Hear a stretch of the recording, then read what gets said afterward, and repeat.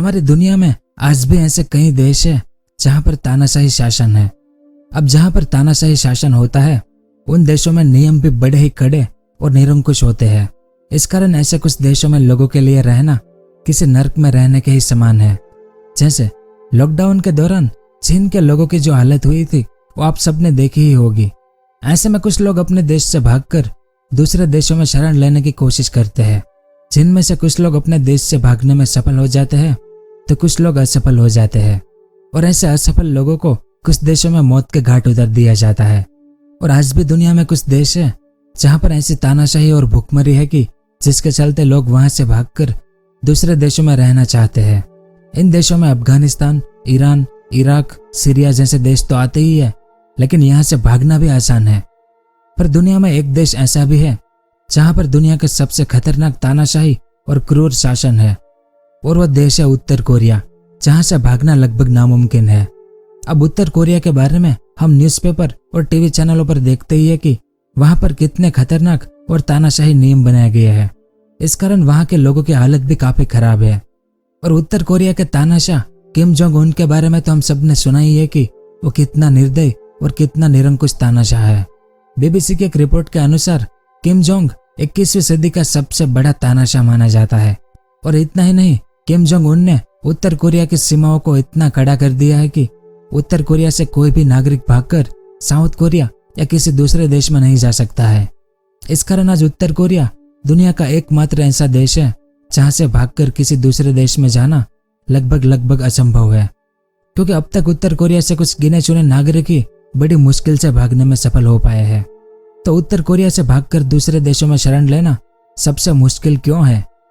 तो आज की इस वीडियो में हम इसी के बारे में विस्तार से जानेंगे कि उत्तर कोरिया से भागना नामुमकिन क्यों है, क्यों उत्तर कोरिया को उन देशों में गिना जाता है जहां से भागना नामुमकिन है, और क्या ऐसा कोई रास्ता है जिससे उत्तर कोरिया से भागने में आप सफल हो पाए। वो सब और इसके अलावा और भी बहुत कुछ जानने को मिलेगा आपको इस वीडियो में, तो वीडियो के अंत तक हमारे साथ बने रहिए। तो सबसे पहले हम उत्तर कोरिया के बारे में थोड़ा बहुत जान लेते हैं। तो उत्तर कोरिया एशिया महाद्वीप के पूर्वी हिस्से में बसा हुआ एक छोटा सा देश है, जो कोरियाई प्रायद्वीप के उत्तर में होने के कारण इसे उत्तर कोरिया कहते हैं। इसका क्षेत्रफल 40,450 स्क्वायर मीटर है। वहीं उत्तर कोरिया अपनी सीमाओं को दक्षिण कोरिया, इस तरफ चीन, रूस और समुद्री सीमा को जापान के साथ साझा करता है। और इस देश की आबादी आज लगभग 26 मिलियन के आसपास है। तो इस मैप में हम जिस उत्तर कोरिया और दक्षिण कोरिया को देख रहे हैं, ये दोनों साल 1945 तक कोरियाई प्रायद्वीप कहलाता था। इस कोरियाई प्रायद्वीप पर 1910 से लेकर 1945 तक जापान का शासन रहा, लेकिन दूसरे विश्व युद्ध में जापान के हारने के बाद कोरियाई प्रायद्वीप के उत्तरी हिस्से में साम्यवादी रूस ने तो दक्षिणी हिस्से पर अमेरिका ने कब्जा कर लिया, जिसके बाद 15 अगस्त 1948 में संयुक्त राष्ट्र संघ की सहायता से अमेरिका ने कोरियाई प्रायद्वीप को 2 टुकड़ों में बांटकर 2 राष्ट्रों का निर्माण किया। पहला था रिपब्लिक ऑफ कोरिया यानी दक्षिण कोरिया, और दूसरा था democratic republic people's of Korea यानी ये उत्तर कोरिया। तो इन दोनों देशों को आपस में 38वीं समानांतर रेखा विभाजित करती है, ये वाली। वहीं इन दोनों की विचारधारा अलग होने के कारण जून 1950 में उत्तर कोरिया और दक्षिण कोरिया के बीच युद्ध शुरू हो गया, जो संयुक्त राष्ट्र संघ के द्वारा 1953 में खत्म करवाया गया। जिसके बाद अगले 70 सालों तक उत्तर कोरिया और दक्षिण कोरिया एक दूसरे के दुश्मन बने हुए हैं। अब एक तरफ अपने लोकतंत्र और आधुनिक विचार के कारण दक्षिण कोरिया वर्तमान समय में तकनीकी और प्रति व्यक्ति आय के साथ ही डेवलपमेंट में उत्तर कोरिया से कई गुना आगे निकल चुका है। तो दूसरी ओर उत्तर कोरिया में निरंकुश तानाशाही और भुखमरी के कारण उत्तर कोरिया के लोग दक्षिण कोरिया जाना चाहते हैं, लेकिन 1950 से अब तक सिर्फ 30,000 उत्तर कोरियाई नागरिक ही दक्षिण कोरिया की शरण ले पाए हैं। और साल 2017 में किम जोंग उन के आने के बाद तो उत्तर कोरिया की सीमा पर बड़ी ही कड़ी नाकाबंदी और क्रूर तानाशाही के कारण मात्र 1,000 लोग ही दक्षिण कोरिया सही सलामत पहुंच पाए हैं। तो सवाल यह है कि उत्तर कोरिया से दक्षिण कोरिया जाने में इतनी रुकावटें क्यों आती है? क्यों उत्तर कोरिया को ऐसा देश कहा जाता है जहां से बाहर निकलना सबसे मुश्किल है? तो इसके कई अलग अलग कारण हैं। निसंदेह उत्तर कोरिया दुनिया का वो देश है जहां से बचकर निकलना लगभग नामुमकिन है। इसका सबसे बड़ा कारण है कि उत्तर कोरिया की सरकार, जो अपने नागरिकों को दूसरे देशों में जाने की अनुमति ही नहीं देती है, और जो बचकर भाग निकलते हैं उन लोगों को देशद्रोही घोषित कर दिया जाता है और उनके परिवार पर एक देशद्रोही पर लागू होने वाले सभी सजाएं थोप दी जाती है। यानी जो नागरिक उत्तर कोरिया को छोड़कर भाग जाता है उस व्यक्ति के पूरे परिवार, जिसमें बुजुर्ग हो या बच्चे, सभी को टॉर्चर कैंपों में डाल दिया जाता है। इतना ही नहीं, अगर भागने वाला व्यक्ति पकड़ा जाता है या दूसरे देश के द्वारा उसे उत्तर कोरिया को वापस सौंप दिया जाता है तो उस व्यक्ति को शहर के बीचों बीच उड़ा दिया जाता है। इस कारण ज्यादातर लोग अपने परिवार को सुरक्षित देखने के लिए उत्तर कोरिया से नहीं भागते हैं। इसके बाद अगर कोई भी व्यक्ति परिणामों की परवाह किए बिना उत्तर कोरिया छोड़कर जाना चाहता है तो उसके लिए मात्र दक्षिण कोरिया ही एक ऐसी जगह है जहां पर वो सुरक्षित रह सकता है, क्योंकि दक्षिण कोरिया दुनिया का आधुनिक देश होने के साथ ही एक बड़ी अर्थव्यवस्था भी है, जहां पर ना तो भूखमरी है और ना ही रोजगार की कमी है, और दक्षिण कोरिया में स्वतंत्र, उदार और समृद्ध लोकतंत्र भी है। इसके अलावा उत्तर कोरिया को छोड़कर दक्षिण कोरिया भागने की सबसे बड़ी वजह यह भी है कि दक्षिण कोरिया आज भी कानूनी तौर पर उत्तर कोरिया समेत पूरे कोरियाई प्रायद्वीप को अपना ही हिस्सा मानता है। इस कारण दक्षिण कोरिया की सरकार उत्तर कोरिया में रहने वाले 26 मिलियन लोगों को भी अपने ही नागरिक मानती है।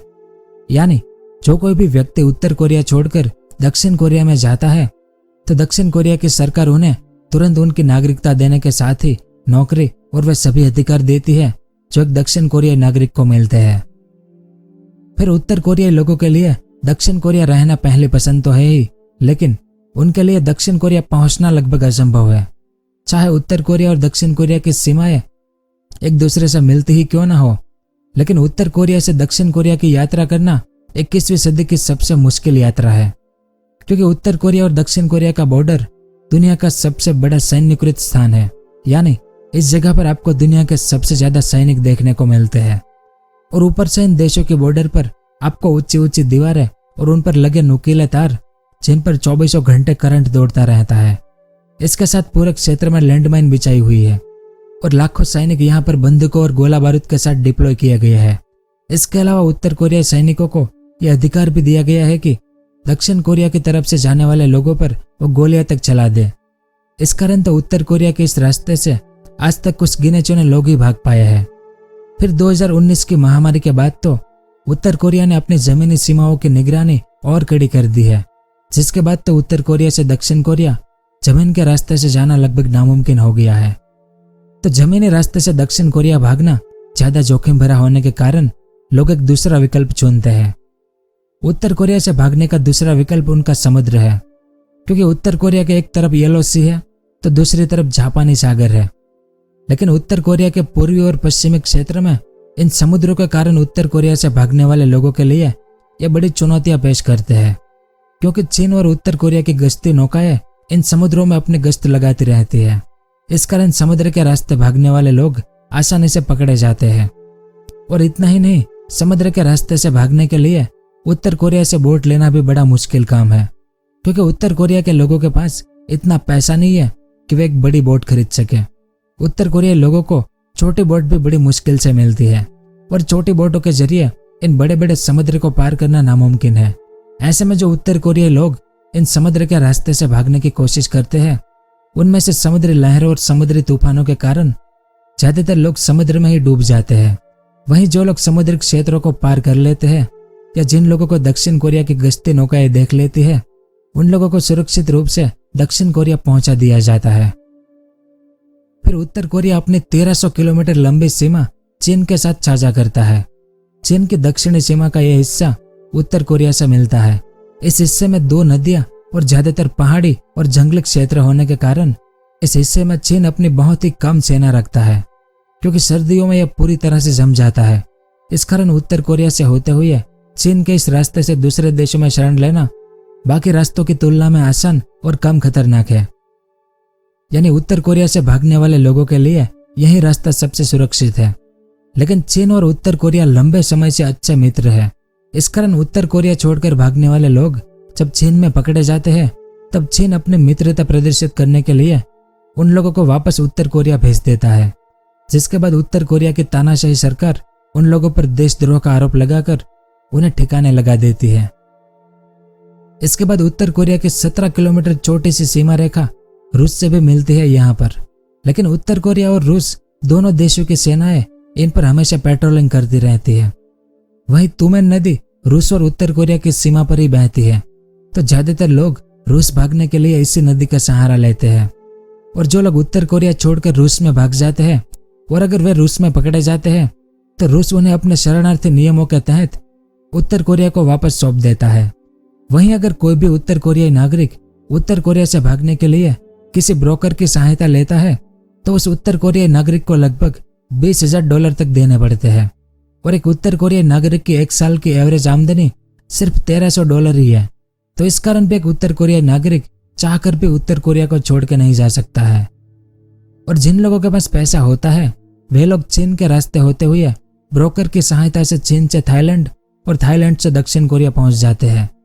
फिर दक्षिण कोरिया पहुंचकर वे दक्षिण कोरिया के दूतावास में आत्मसमर्पण कर देते हैं, जिसके बाद दक्षिण कोरिया की सरकार उन्हें दक्षिण कोरिया का नागरिक बनाने के साथ उन्हें अन्य सभी अधिकार और सेवाएं भी देती है जो एक सामान्य दक्षिण कोरियाई नागरिक को मिलती है। तो यह सब कुछ था इस वीडियो में। उम्मीद है आपको कुछ जानने को मिला होगा। अगर वीडियो पसंद आया हो तो इसे लाइक जरूर करें। पूरा वीडियो देखने के लिए आपका बहुत बहुत धन्यवाद। अगर आपको इस तरह के इन्फॉर्मेटिव वीडियो देखना पसंद है तो हमारे इस चैनल को सब्सक्राइब करें और हमारी नई वीडियो सबसे पहले देखने के लिए इस बेल आइकन को भी जरूर दबाएं।